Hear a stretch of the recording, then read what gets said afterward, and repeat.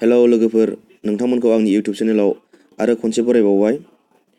दायो आं बुंनो नागिरदों माने नोंथांमोननि मबाइलाव एकदम सानथ्र'हायै नटिफिकेसन फैबाय थायो, अब्ला बेखौ माबोरै अफ खालामना लागोन आरो बेनि सोमोन्दै। माने गोबां मानसिया रोंखायो नाथाय माखासेया रोङा, जायनि जाहोनाव मुभि नायनाय, सिनेमा नायनाय, फिल्म नायनाय आरो माबा अनलाइन गेम गेलेनाय बेफोरबायदियाव माने मा जाबाय थायो, मेसेज फैना होबाय थायो। बेखायनो बेखौ माबोरै अफ खालामनांगौ आं बेखौ एसे खोन्थाहरनि। सिगाङावनो जोङो सेटिंआव थांदो। सेटिंसआव थांनायनि उनाव गाहायाव बोख्लायदो।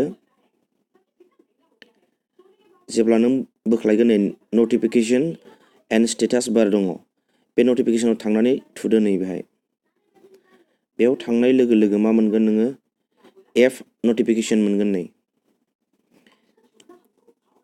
बे एफ नटिफिकेसनाव हाबनानै दा नै एमाजन शपिं दं। आंनाव बे एमाजन शपिंआव जेनेबा नों बेनिबो नटिफिकेसन फैबाय थायोना, आंना अफखा नै बे अन जाबाय नै। अन जायोबा दा एमाजननिफ्राय नोंनाव मेसेज फैबाय थागोन आरो, जायखौ नों ओरै बोख्लायबानो मोनगोन नै बेहाय नै बेबायदि। बेखायनो बेखौ अफ खालामना लादो। प्लास बेखौ अफ खालामखाबाय नालाय आं थांबाय नै, जेरै नै क्रम, फेसबुकनाथ' फैबाय थायो बिरादनो, बेखौ अफ खालामना लादों आं नै। बेखौ अन खालामबा नों नांगौबा अन खालामदो। अफ खालामनानै दोनबाय आङो नै। प्लास नै इन्सटाग्रामखौबो आं अन खालामाखै, अफ खालामदों। बेखौ अफ खालामना दोननो हाबाय।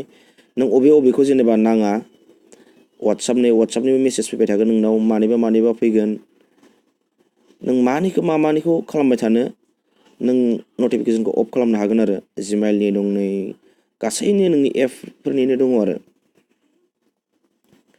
नै बहुद दङ। पाबजि दं नै, पाबजिनिबो फैयो। पाबजि गेलेयो नालाय आंबो सम सम।